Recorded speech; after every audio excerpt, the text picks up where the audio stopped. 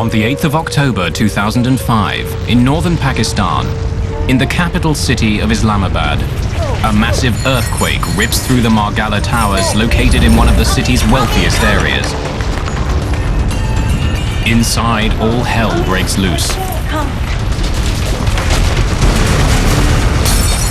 In her ground floor apartment, Khalida Begum struggles to hustle her elderly mother out of harm's way. I held her hand and brought her to the corridor. Residents stampede for the exits as the building begins to collapse around them. After taking a few steps, things started to fall on us. Then the ground suddenly opened up and we fell into it.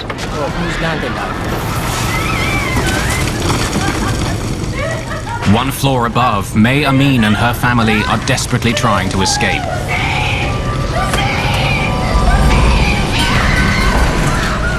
But the earthquake's force is swift and deadly.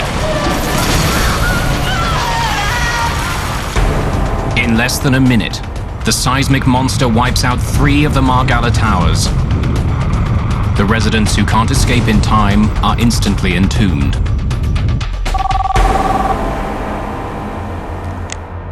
Hello, John Holland. More than 6,000 kilometers away, in the middle of the night, John Holland gets a call. He leads one of the world's top disaster response teams, a highly trained group of search and rescue volunteers known as Rapid UK. When I turned on the TV, you could see aerial pictures of villages and towns that have been totally destroyed. And the most dramatic pictures that were coming back were of the Margala Towers in Islamabad. Holland learns that the earthquake, measuring 7.6 on the Richter scale, has crippled much of northern Pakistan and Kashmir, along with parts of India and Afghanistan. It's one of the worst natural disasters in Pakistan's history. Yeah, hold on a minute, will you? We would welcome assistance from friends all over the world. We are in the process now of sizing up the damage. Okay, yeah, I'm on the way. We had to evacuate people.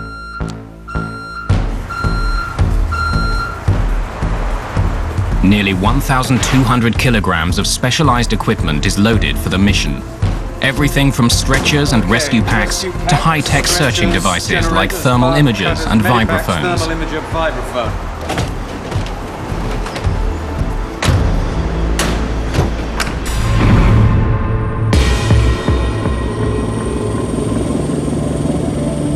There's an urgent need for well-trained rescuers at the Margala Towers. Hundreds of people lived in these buildings, and no one knows how many of them have made it out alive. One of the people searching for loved ones is 34-year-old Mamoon Tariq Khan. He lives in an adjoining tower that's managed to withstand the quake, but several members of his extended family lived in one of the towers that's collapsed. I'll be honest, when I just looked at the rubble, 11 flights, all down to just a floor and a half. It started setting in as to what could have happened to my own family. I was the only one, of my immediate family alive.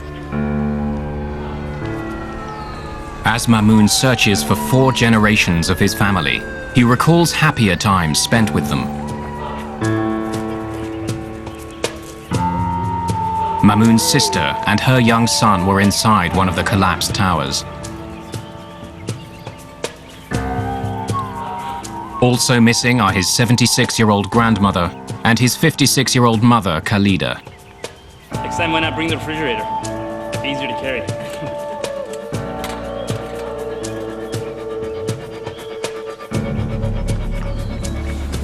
During this state of intense loss, I heard my sister's voice. I turned around, she was holding her baby in her arms. Mamoon's sister and her son narrowly escaped before the tower collapsed. The very next thing was, where's mom and grandma? And she says, they're right behind me.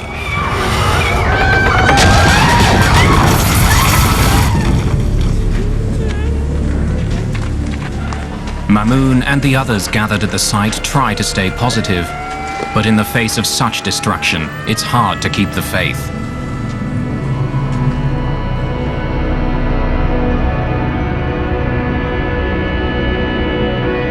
Even the most optimistic of them would find it hard to believe that under thousands of tons of rubble, the weight of 10 collapsed floors, Mamoun's mother and grandmother are still alive. In fact, they're trapped within a tiny hollow space. But if the mountain of rubble shifts even slightly, they'll be crushed. I thought it was the end of the world. I was thinking that only my mother and I had survived and everyone else had died. Khalida's mother, Ma Bibi, is barely alive. She has a deep head wound that won't stop bleeding. I was very worried about my mom since she was not in good shape. She was vomiting and I could smell blood. I was expecting death at any time.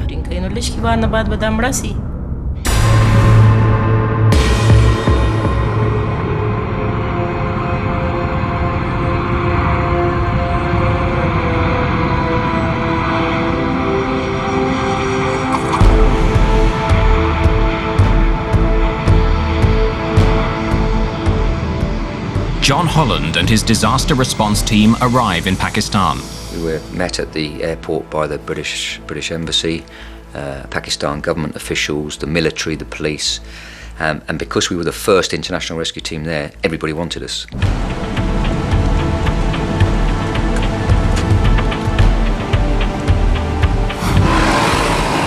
Holland and an assessment team head straight to the Margalla Towers.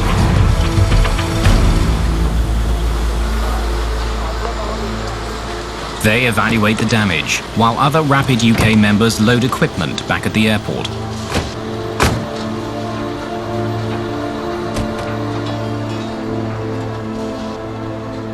The size of the buildings immediately said to me, these people need specialised equipment. They need specialised teams in there. Yeah. Listen, Gillian, I want the whole team down here right away, okay? Holland asks the rest of his team to get to the Margalla Towers as quickly as possible. Holland knows all too well that in an earthquake, roughly 90% of the people saved are dug out within the first 24 hours. And he also realizes that aftershocks from the quake can shift the rubble, killing those who are trapped and those trying to save them.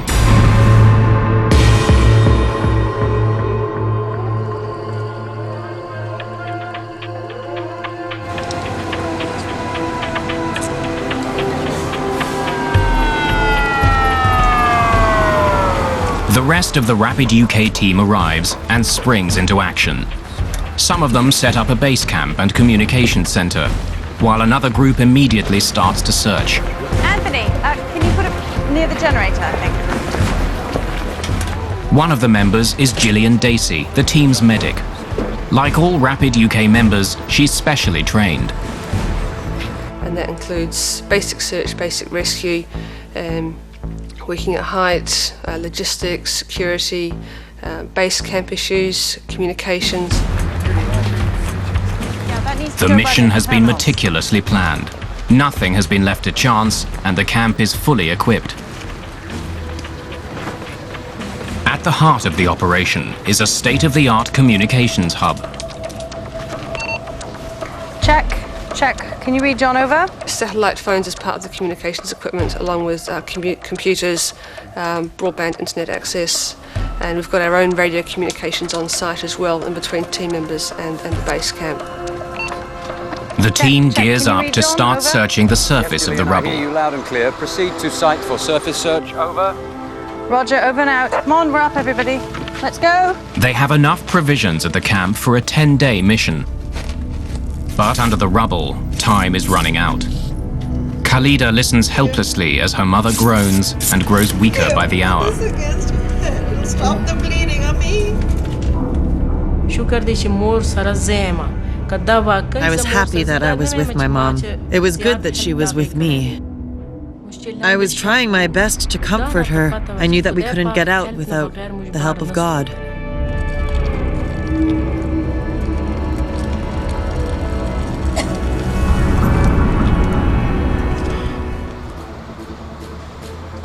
The search area is huge, roughly the size of a football pitch. So the team's next challenge is simply deciding where to start. By hand is going to take way too long to reach him in any reasonable time. To identify the best area to search, the rescuers study a blueprint of the towers. Then they consult a missing persons list. Literally inch by inch until we can. So then we were able to match up the flat numbers and where we thought that people might be. In the process, Holland and his team learned that between 70 and 120 residents of the building are still missing. Despite their maps and lists, they decide that their best clues to pinpointing a primary search area come from local residents. That previous night, somebody had heard voices. Whether that was true or not, we're not sure. However, you've got to start somewhere, and we based it on information. Hello? Can anybody hear me? Hello, is there anybody here? The team begins a sweep of the top of the collapse to see if anyone has survived the impact and is buried just beneath the surface.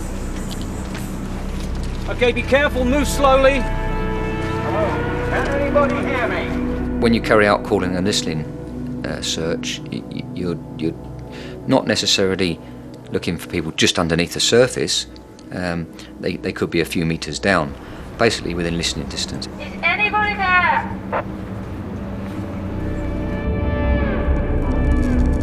Khalida and her mother are buried so deeply they can hear nothing.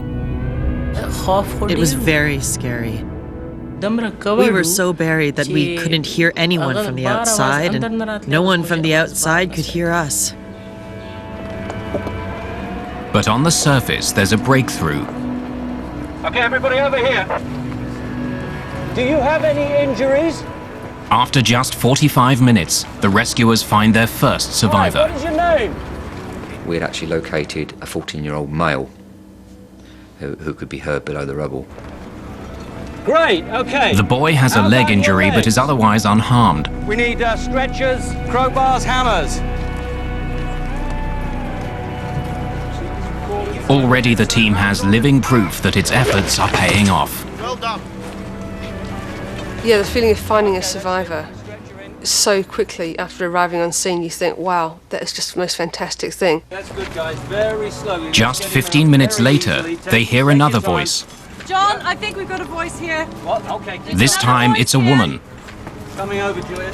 She was only about 2 meters down, but there was a huge slab of concrete from the floor above, literally pushed against her face.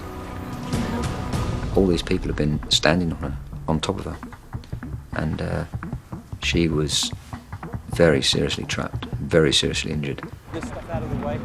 So we had 2 simultaneous rescues going on. We'll get you out as soon as we can, all right? No one was pulled out that was as far down as you know, my own family was. So as you know, elated as I was that someone else has been pulled out alive, that did not, you know, raise my hopes for my own family.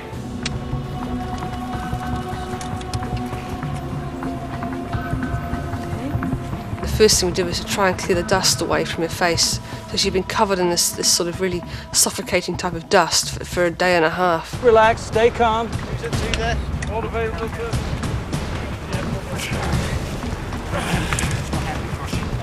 Move out the way. Move out the way. Nice and easy.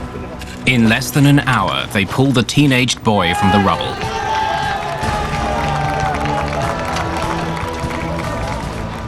But it takes a full 6 hours to free the woman from under the concrete slab. One of her legs will have to be amputated, but she will recover.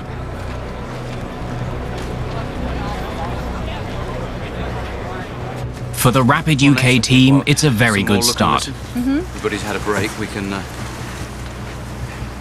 Yeah, terrific. That's great. Because you suddenly think, we've got 2 people here. By just doing what we class as a surface search, how many more are alive inside this building? That spurs you on. It spurred the whole team on. Later that day, the rescuers find a 3rd survivor near the surface. But then the search goes cold.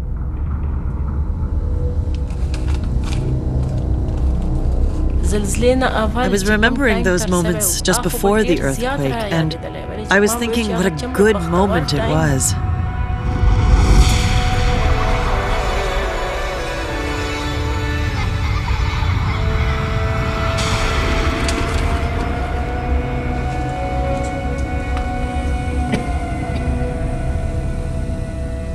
I was asking Allah to keep my kids alive. I was asking this of Allah all the time.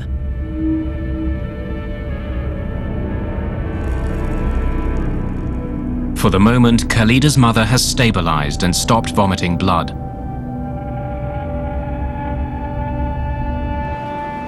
Hope was all but gone at this point. They hadn't found someone for a good 10 hours, I think. I clearly realized that, it was hard for them to survive 11 flights falling on them. The Rapid UK team decides to change its strategy. The rescuers need to move deeper into the rubble, in search of air pockets that might contain survivors. It's hard to believe that anyone trapped in lower-level apartments, like Khalida and her mother, could have survived such a devastating earthquake. But non-collapsible objects like sturdy sofas, stoves, and filing cabinets are capable of bearing the weight of a collapse. These objects can also create air pockets and hollows, known as voids. And it's in these spaces that survivors can sometimes be found. It can be the pockets that form from the collapsed roof, or it can be stairwells, lift shafts, anywhere we think there's a space. You could see voids from the outside. So if you can see voids from the outside, then it's fairly guaranteed that there's going to be voids on the inside. I guess it comes down to where you are in the building at the time, and a bit of luck.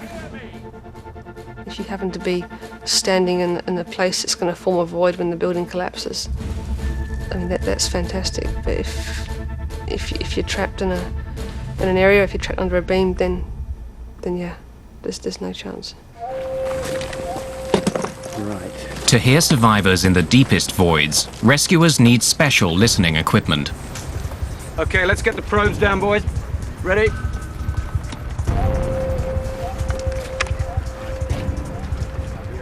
What we use for the sound location is what we call a vibraphone, and that works on seismic and acoustic sounds. And it's basically 3 probes with a control box. Very, very sensitive equipment, and you place it on the rubble or down into voids. All work, stop! Silence! Batten strike! And you tap, you bang to people, and what you're looking for or listening for is a response of some kind. Batten strike! The sound of the hammer travels deep into the pile of rubble. The rescuers hope that any survivor below who hears it will shout or bang back a message.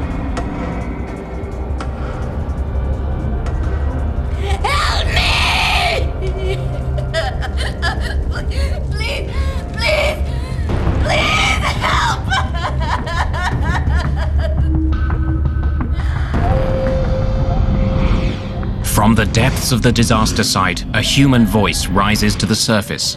One of the team members who was on the headsets said that he thought he could hear a voice. So I took over the headphones and listened intensely.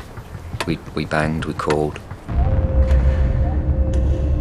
Please! And every time we banged and we called out, I could hear a very, very faint lady's voice. Very faint. Okay, we definitely got something. Let's go again. Silence! Batten strike!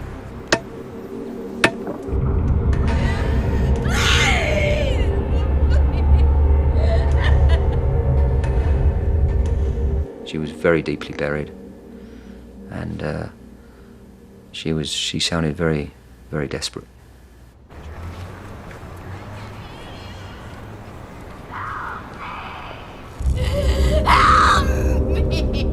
Trapped deep beneath the rubble is 33-year-old May Amin. The quake has separated May and her baby from her husband Firas, a United Nations employee, and their oldest son Hussein. May's back and one of her legs are broken, and she can't move her lower body at all. But for the rescuers, the most important issue is where to find her. She was a long way down, and we had thousands and thousands of tons of rubble.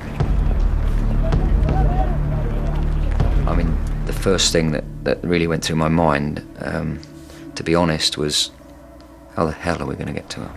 Stu, keep this They probe try here. for a Let's stronger move. signal, Another one that will location, help there's them one to down that better way. pinpoint her location. Okay, let me know when you're ready, boys. We tried going down the face of the rubble, literally each layer, calling in. Hello? Can anybody? But we couldn't get a better contact at all. If we could get a stronger signal, just say halfway down the rubble, then we could say she's in that area. And there's different techniques of placing these probes to try and narrow down the possible search area. But it is a bit like looking for a needle in a haystack. Second strike! Let's repo again. Okay, those two still stay there. Okay, let's go. One more position.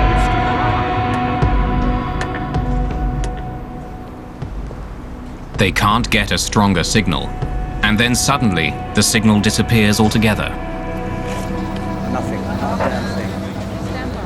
We called, there was no answer, and we thought, well, what sort of happened? We thought, it's taken this long. Why did the voice go? Why did we lose contact with her? What have we done to have lost contact with her? And that really did affect all of us, I think, in some way or other. More than 30 hours have passed since the quake, and what the rescuers don't know is that May Amin's 2-year-old son Abbas is also trapped in the rubble.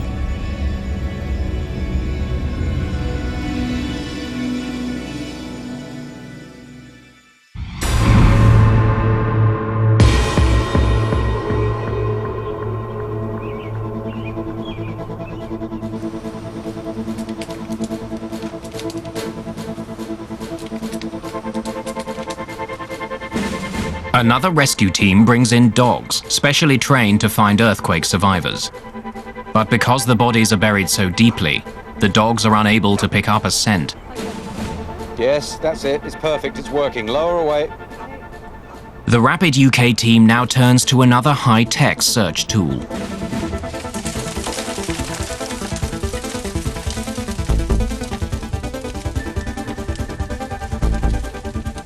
It's a special fiber optic probe designed to twist and bend around rocks and other obstacles.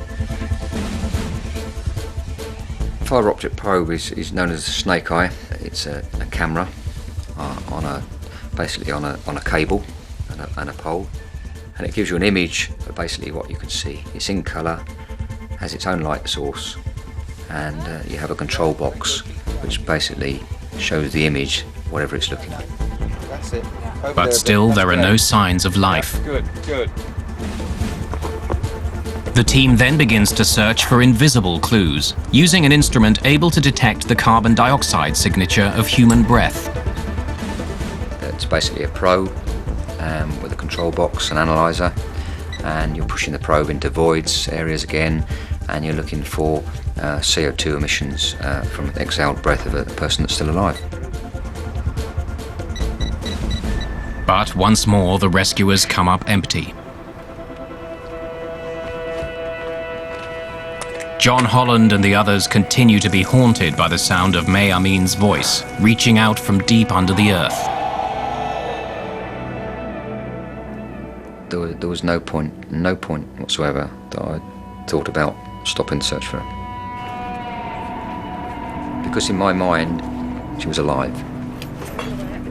We were not going to give up on her, because you'd have regretted that for the rest of your life. So that was never an option. We know it's a woman, and we think, well, In order to somewhere continue there. their search, they There's have a to lot of resort listeners to a to risky be method: very careful, but also digging very machines. quickly.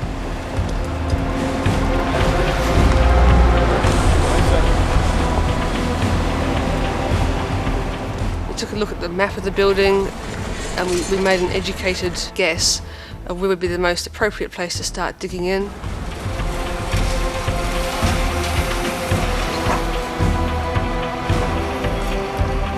Then, back at camp, John Holland gets an unexpected break. Zone 2 to base. Zone 2 to base. Zone 2 base here, go ahead. I was called on the radio to come back because a small void had been exposed that looked like it went further into the rubble. The void is so small that only one person can enter at a time. We could only get in probably about 1.5 meters at this stage because it was just so small. I managed to get the top half of my body in because I'm quite a small guy, so I can get in there. Is there anybody here? Can you hear my voice? Called out, and amazingly, she called back. And I knew straight away it was the same voice. Suddenly, May Amin's voice is loud and clear, and Holland knows she must be close by. It's amazing. Absolutely amazing. And that was a huge lift for the team. But then it all starts again. Exactly where is she? Now the hell are we going to get her out? Holland burrows through the ground towards the voice. The tunnel is lined with broken debris and too small to bring in disc cutters or chainsaws. A lot of the rescues come down to using your bare hands and small tools, which is back-breaking work, and obviously it lengthens the rescue. Everywhere around him there are reminders of death. You don't think about them at the time. You know they're there, you try and cover them up, you try and put them out of your mind.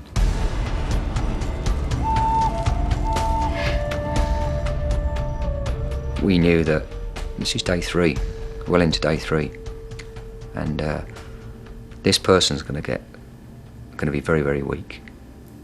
They may be injured, so it is a race against time.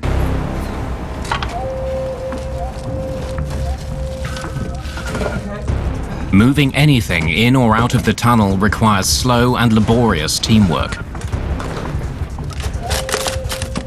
To make his way towards the voice, Holland and his team must clear a path through heavily compressed debris.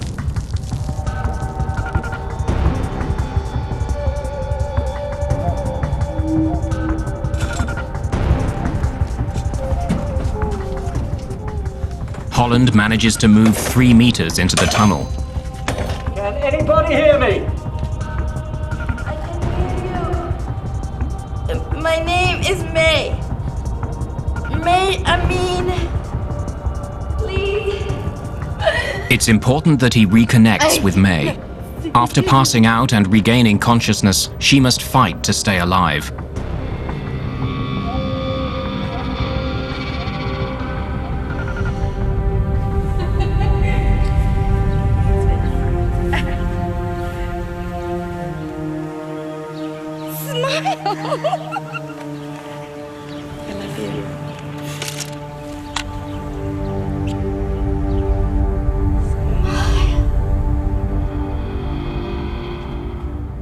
Just past the TV was a picture on the floor, and it was all smashed, and it was a wedding photograph. May's now only centimeters away, but Holland is blocked by a large concrete beam and about to make a horrific discovery. Cleared away the rubble and the rubbish, which exposed a body, which was a male, and he was crushed underneath the beam, partially his head, shoulders were underneath the beam. I couldn't figure it out why he had a small arm. It wasn't his arm, it was a child's arm. And we quickly worked out that it was May's husband and her other son. May's husband died trying to save their 7-year-old son, Hussein. The child is still locked in his father's arms. That beam, in fact, that gave us safety and protection, and gave May probably safety and protection, took the life of her husband and our child, because they were underneath it. Holland is shocked when May tells him she can hear her son. And then I said, what's your son's name? and she told me it's a bass. I said, call out his name, May. And he called back. Unbelievable. This is a real race against time now, because we've got a young child here that's been buried for 3 days. May, can you hear this? Yes, I can hear you! You are very close! But he's not close enough. The beam is too heavy to move or cut. The team must get a better idea of May's location.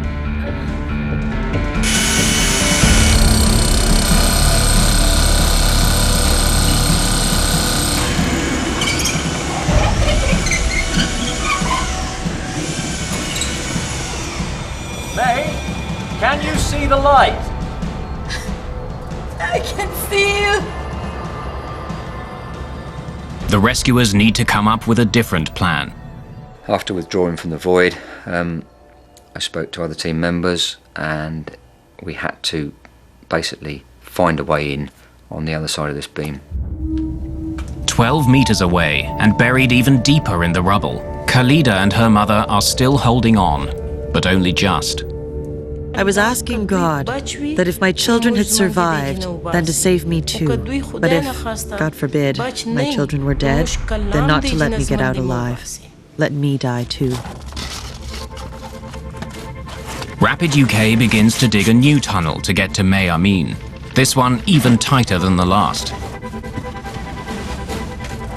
Again, was with hands, just clearing the rubble out with hands, and then chopping up the tape. Was a table in there, so getting rid of that with a saw. But the rescuers are stopped by an iron bar 40 millimeters thick. We had equipment that would have cut it, but we couldn't get it in there. Instead, they bring in a hydraulic pump connected to a small jack. The jack bends the bar that they can't move by hand, just barely enough for a person to squeeze through. Paul Worcester goes in first, followed by John Holland. Hold on, May. Just stay calm. We'll be with you very, very soon. Moving through the dark void, Worcester suddenly comes face to face with May's younger son, Abbas.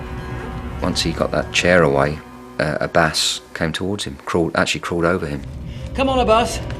Yeah, that's great. Come on, this way. Come on. Holland then crawls backwards all the way out of the tunnel, holding the tiny survivor. Miraculously, the boy has no major injuries. Him crawling up towards me with my light shining in his eyes. I will always remember that.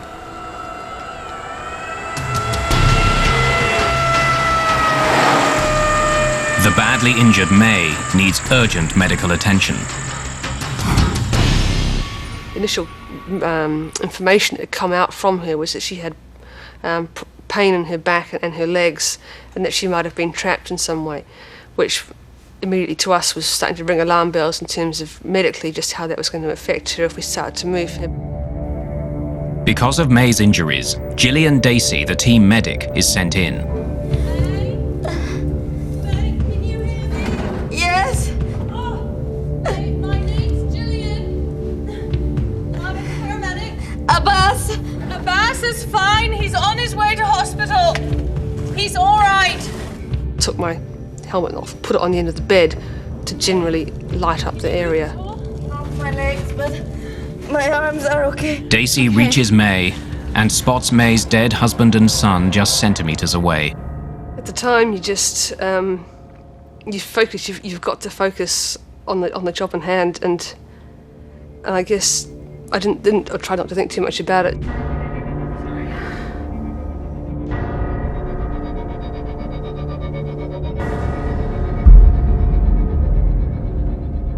I don't believe that May had any idea that they were there, because she was in a dark room, dark void. I don't think she had any. I hope she didn't have any idea at the time. Can you move at all? Not my legs. She learns that May can't move her legs. Okay. And I was thinking, my gosh, ideally to treat her for those sort of injuries, I need certain spinal stretchers and I need all sorts of things. But realistically in that environment, I knew that was not going to be an option. We're not going to get a stretcher in here. We're going to need a drag sheet. Can you get me a drag sheet? Because May is unable to get out on her own, the only solution is to drag her out. And the most simple tool was to get what we call a carry sheet or a drag sheet, which is basically a piece of sort of heavy, durable canvas with carry handles, sort of canvas loops sewn into the side of it. And so that was passed down the tunnel to me. Okay, we're ready to go. Pull! And I know that caused her some discomfort on the way out, but she was very, very good about not complaining about it. 1, 2, 3, Slowly, pull. May is dragged out of the void where she's been trapped for the last 3 days. But she must still clear the metal bar that's blocking the exit.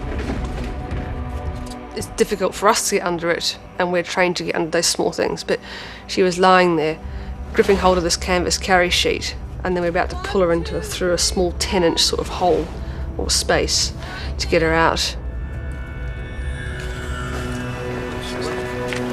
Nearly 60 hours after she was buried, the rescue team has saved May Amin and her son from certain death.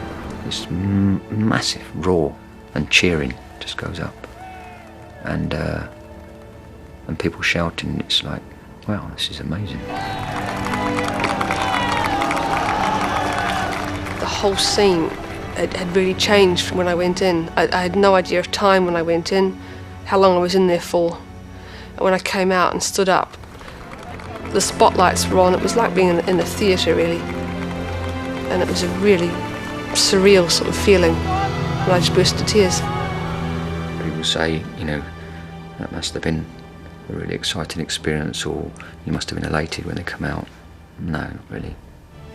Because you're pleased that you've rescued them alive, but they've lost 2 members of their family.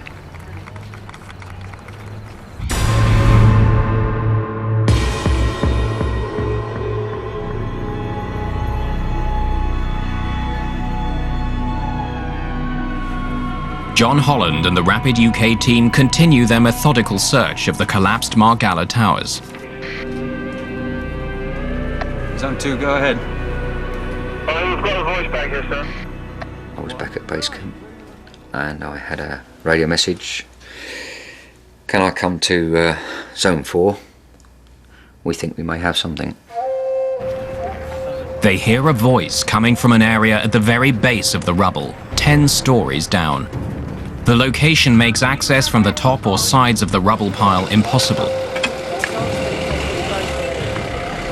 Waited on to reach them in any reasonable time, because the area next to it that butts up to it, this building is still standing, and so we cannot get any machinery in there. So there's only one solution. Cautiously, inch by inch. The only way to get at it was from underneath the adjoining tower, from their underground garage. Starting from the underground parking lot of the adjoining building, the rescue team works its way to the survivors. The first thing we had to do was remove all this rubble. The guesstimate was that it was about 20 tons.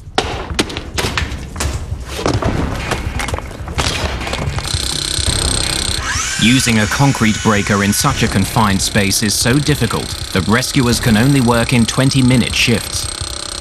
In fact, one guy had to lay holding it across his body while the other one operated it, because it was impossible to use. After hours of exhausting work, they finally make contact. Hello, can anybody hear me down here?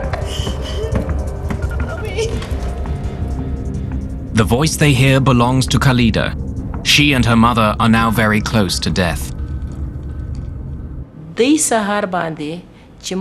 Help the para, madad the para, ya Allah madad. On the 4th day, when I called for help, I heard voices coming from the outside. I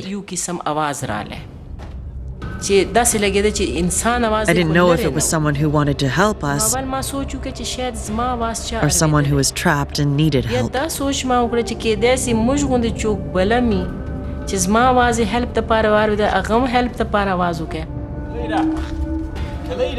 They gave us their ages, so we knew that one of the ladies was quite an elderly lady, and that she's going to be very weak.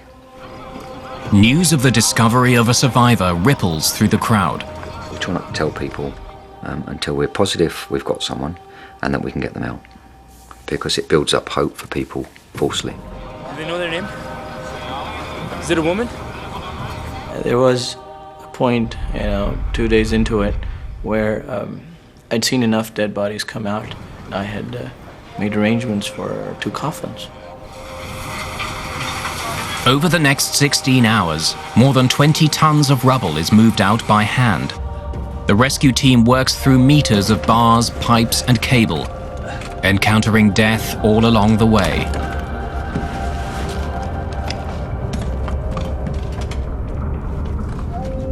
When Khalida and Ma are found, they've been trapped for 70 hours in a 30-centimeter high void. Shone a torch down the tunnel, a powerful torch, and asked if she could see it, and she could.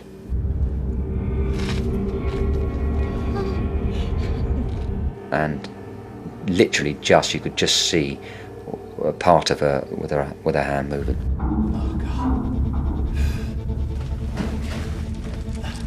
But suddenly they realize that Khalida doesn't want to be rescued. When the light reached us, I got worried, since I knew they were going to rescue me, and I would be informed about my children. Without my children, my life has no meaning to me.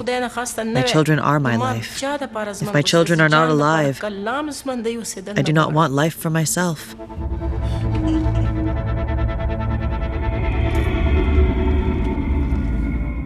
Fine, she's all right, but she's very distressed, and she really needs to know you and you just turn around for a second. You and your family. To prove that the rest of Khalida's family has made it out alive, her son Mamoon is brought to the tunnel. I put my head into a hole and yelled out, and my mother, I heard her very clearly. We're all okay, Mom. Just wait for them to come and get you, okay? They're coming, Mom. The love that our mother had for us, that was clear that day. If not before, and it was that day. Because they're so deep in the rubble, it takes most of the day to pull Khalida and her mother to safety. Against all odds, they've survived for nearly 83 hours. Those gathered at the site allow themselves a brief moment of joy. Destiny, fate, luck, chance, coincidence, whatever you may call it, the facts were entirely against these 2 coming out alive. I'd like to thank the great people of Rapid UK. We got lucky in the immediate sense when it comes to our family, but those 3 days made us realize just as much how much loss had occurred from this earthquake. The massive earthquake killed nearly 74,000 people and left more than 2.5 million homeless. At the Margalla Towers site, Rapid UK rescuers were able to save 7 people from the rubble.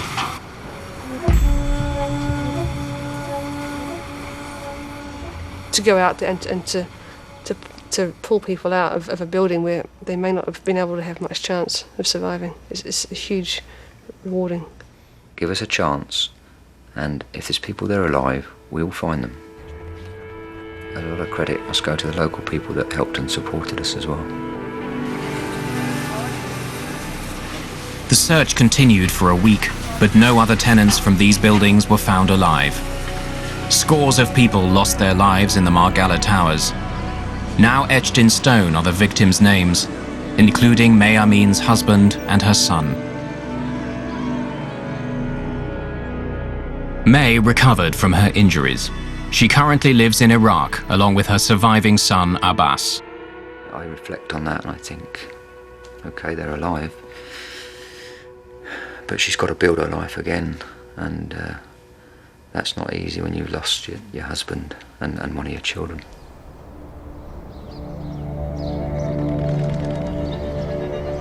Today, what's left of the Margalla Towers still stands, but the complex is condemned to be demolished.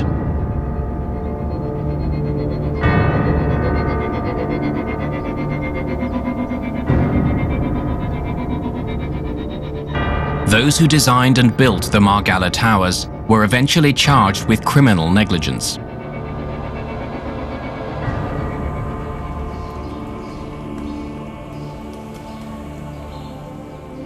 Mamoun and others who survived believe that if the building had been properly constructed, dozens of people would still be alive today.